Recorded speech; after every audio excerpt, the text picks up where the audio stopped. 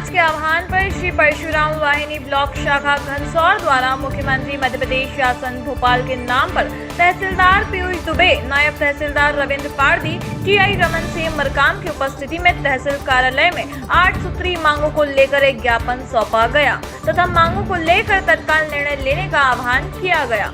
सौंपे गए ज्ञापन में बताया गया है कि भारतीय समाज और संविधान में समानता और सम्मान का अधिकार बहुत स्पष्ट है।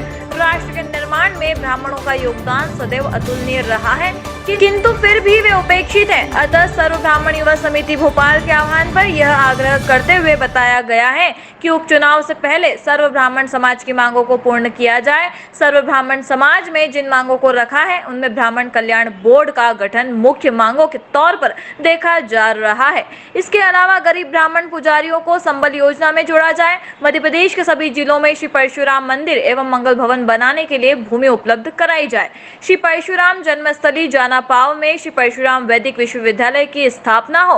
मंदिरों की भूमि की नीलामी पर तत्काल प्रभाव से रोक लगाई जाए। गौ माता के संरक्षण और संवर्धन के लिए गो संरक्षण विभाग बनाया जाए। संस्कृत की शिक्षा स्कूल स्तर पर अनिवार्य हो। जातिगत आरक्षण और SC/ST एक्ट में माननीय उच्चतम न्यायालय का फैसला सर्वमान्य हो। उक्त मांगों को लेकर ज्ञापन सौंपने प्रमुख रूप से पंडित अशोक मिश्रा, अरुण दीक्षित, शिव कुमार मुदगल, आशीष मिश्रा, रामानंद दुबे, अजय तिवारी, नरेंद्र शर्मा, महेंद्र शर्मा, विवेकानंद तिवारी, धीरेन्द्र तिवारी, संकल्प दीक्षित, सुदामा प्रसाद शर्मा सहित अन्य प्रमुख जन उपस्थित रहे।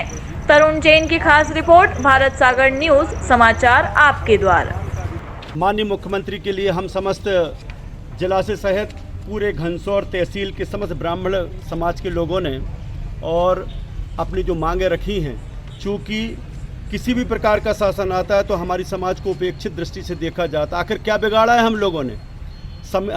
हमारे जितने भी बुजुर्ग थे उन्होंने इस देश के लिए अपनी आन बान शान लगाई।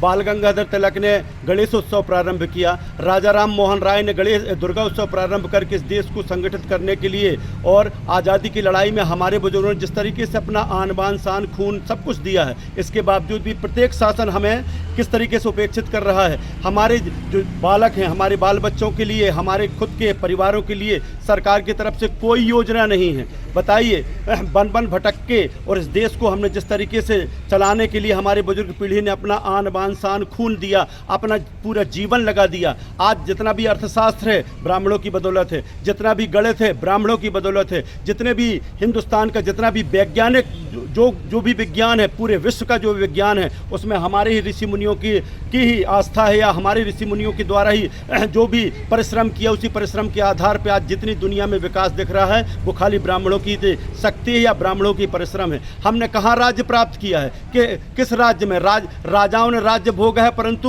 उसकी सारी सजा ब्राह्मण भोग रहे। इसलिए शासन से हम लोगों का विनम्र प्रार्थना है कि शासन हम लोगों की तरफ ध्यान दे और जितनी भी हम लोगों ने मांग रखी है उस मांग को जायज़ करते हुए। और रही बात जो भेदभाव समाज में, क्या हमने भेदभाव किया है? बताइए, जिस तरीके से हम लोगों को उपेक्षित किया जा रहा है। महाराज मनु जाति के ठाकुर थे, वेद व्यास मल्लाहिन से उत्पन्न हुए थे। कहाँ ब्राह्मणों ने किसी प्रकार के समाज में भेद डाला है? जिस तरीके से ब्राह्मणों को कहते हैं, हर समाज, एक समाज नहीं, पूरे के पूरे हिंदुस्तान का सारा समाज में ब्राह्मण ही टारगेट बना हुआ है। इसलिए कृपया करके शासन ध्यान दे, गंभीरता से हम लोगों की मांग सुने, क्योंकि अगर हमने शास्त्र पढ़ा है, जिस दिन हमने शस्त्र उठा लिया उस दिन हिंदुस्तान में क्रांति आ जाएगी।